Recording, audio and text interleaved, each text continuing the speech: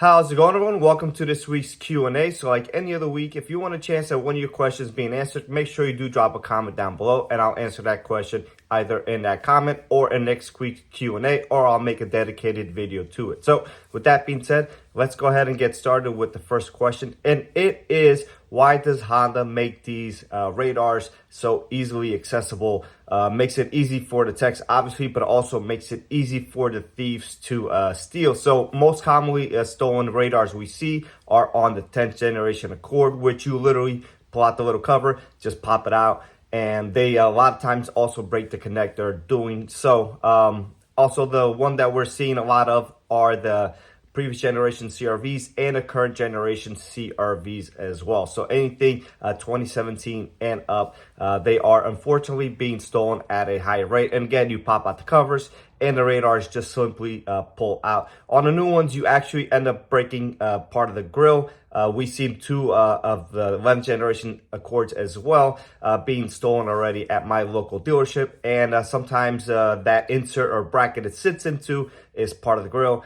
Sometimes it's not, but they do some damage. But anyways, obviously the radars are there for safety purposes, for all the Honda sensing, stuff. So can they do a better job? Absolutely. I think they should as well. They should, from factory, have some sort of tamper-proof radar brackets. Now, I do sell some. If you're local in my area, in New Jersey, New York, I had some people already come through and install them. Some of them pre having an issue, some of them post having an issue. So some of them come with me. I had to, order a new radar. Customer got to pay for the radar, and I installed the bracket at that time as well. I had one person not wanting a new bracket and just wanting a new radar, which is fine as well. But obviously, if it was stolen once, there's a high chance it could be stolen again. So if you do have one of these cars in your local, definitely shoot me either a DM on Instagram or shoot me an email at bcautosolutions20@gmail.com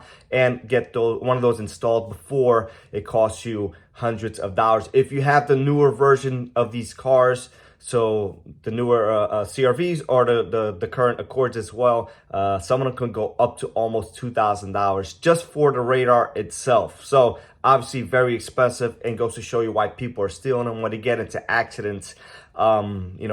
They probably get paid out by the insurance, or maybe they don't go through insurance and realize how expensive they are and go ahead and take one or have somebody steal one for them, or whatever the case may be. Obviously, none of this is a good situation to be in, and I wish, people were more alert when buying these cars. This is something they can potentially face. People say, well, it's not a Honda issue. That's right, it's not a Honda issue. But Honda could A, do a better job, and B, the people buying these cars, a lot of them is an investment for them. They're trying to pick the best car that's going to give them the best performance and the best return in their investment, being reliable and having to drive a car worry-free. So, once again, if you do have one of these cars, just be aware of it. If you're in the market for one of these cars, I always try to mention it because a lot of people are not going to mention it. Obviously, salesmen won't never mention this. All they want to do is get your sale. So once they have the sale, their hands are clean, and that's all they really care about. So me being on the other end, obviously, if you come into service, I'm going to make money, but I'd rather you spend your money on maintenance than somebody, being greedy and selfish and just being a lowlife, essentially, stealing your radar and, taking your hard-earned money from you. So hopefully that answers the question for you. So this next question I get asked pretty frequently, and I answered one of the questions. Then the guy just said, honestly, just, mention in the next video. And so here I am doing it. At what maintenance point, what mileage should you be changing your PCV valve? I'm going to say every 30,000 for my point of view. On my car, but anything up to 60,000, I think is okay. So anywhere from 30 to 60,000 miles is fine. Hopefully, people asking that question will see this video and see the answer to my question. Now, one easy way to check, if you just want to check, a lot of times just held on by a 10 millimeter screw or bolt. Sometimes it's on some vehicles it's the actual thread. Sometimes it just plugs in. The newer models though seem to be held in by a 10 millimeter bolt. So if you take it out and you shake it around and it rattles, that means it's still good and still working. Might not be as efficient as it was when new, but it is still functioning. So that's one easy way to check it. Now, if you take it out and you shake it and you don't hear anything, then that PCV valve is no longer good. You could try to clean it. Obviously, somebody will probably suggest that. So that's definitely an option. I would just replace it, my opinion, but that is an option still for you. So 30 to 60,000 miles, just to recap. Take it out, shake it. If you hear a shaking and rattling, it's still okay. It could still need some cleaning. Probably not as efficient as it was when it was new. So at that point, either you change it or replace it. If it's no rattling going on, then it's most likely damaged, and I would just get a new one at that point. So hopefully that answers the question for you. So the next question is, why is the 2.0T more reliable than the 1.5T? Now, obviously, I've made a video on the 1.5T, in my opinion, on why it's having its issues. The 2.0T, typically, the person buying that car is expecting performance, so they're more performance orientated minded. So they're going to use 91 or 93 in most cases. There's going to be people that still put 87 in it and will run, but obviously it will still cause some issues down the line.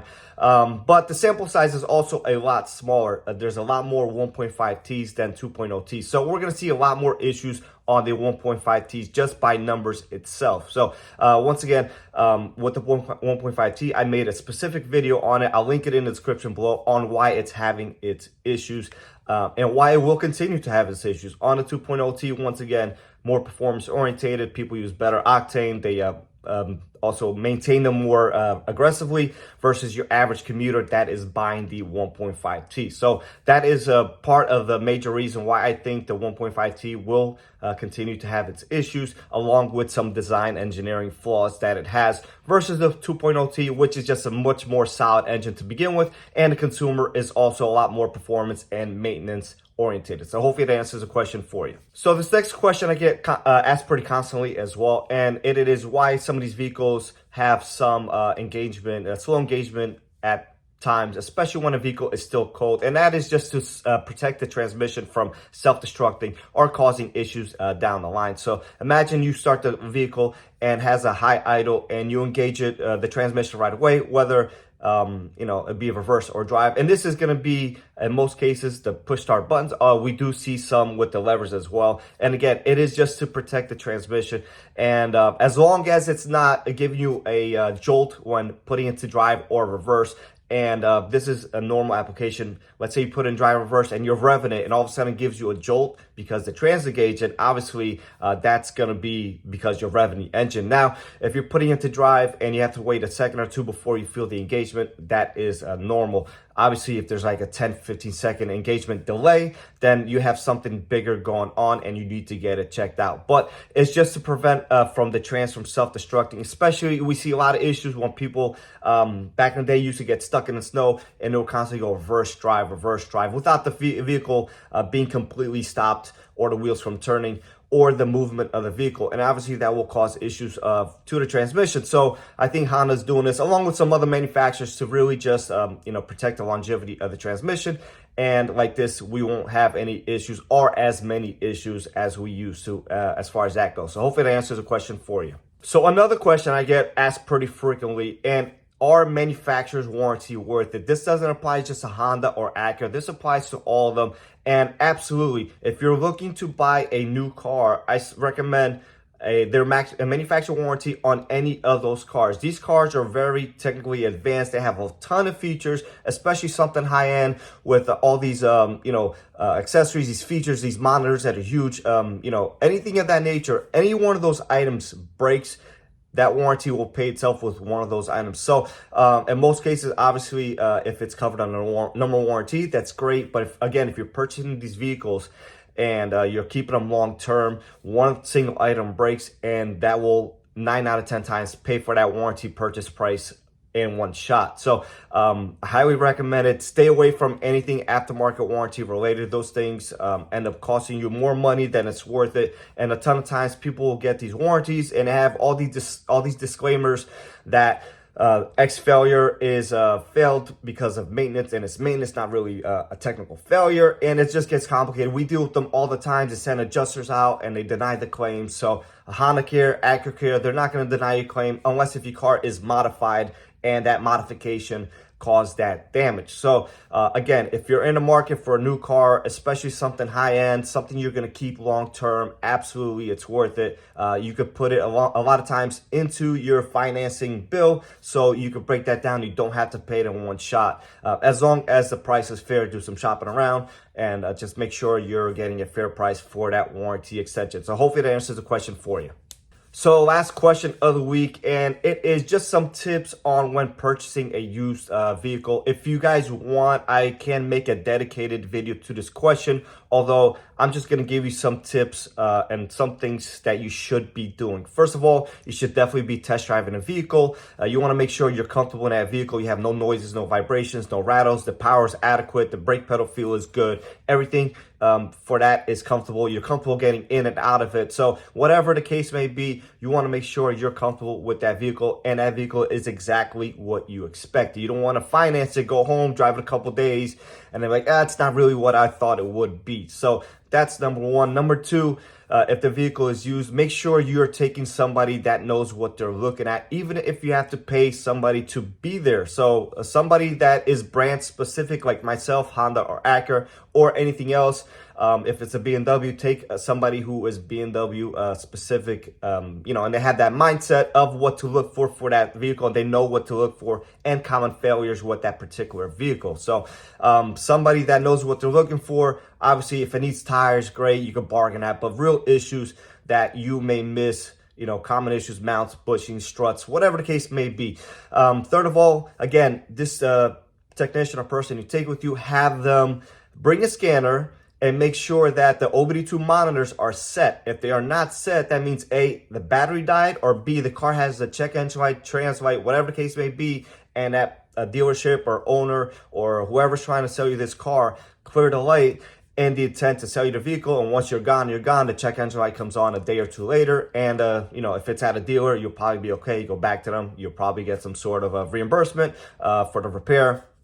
Or if it's a private sale, then a lot of times you're probably going to be on your own at that point. So just some things that you should be doing. Absolutely. I can make a full video on this if there's enough interest in it and it'll be detailed. I use a used car maybe specifically to just pinpoint some things that you should be looking for underneath, or whatever the case may be. So with that being said, guys, I'll catch you guys on the next one.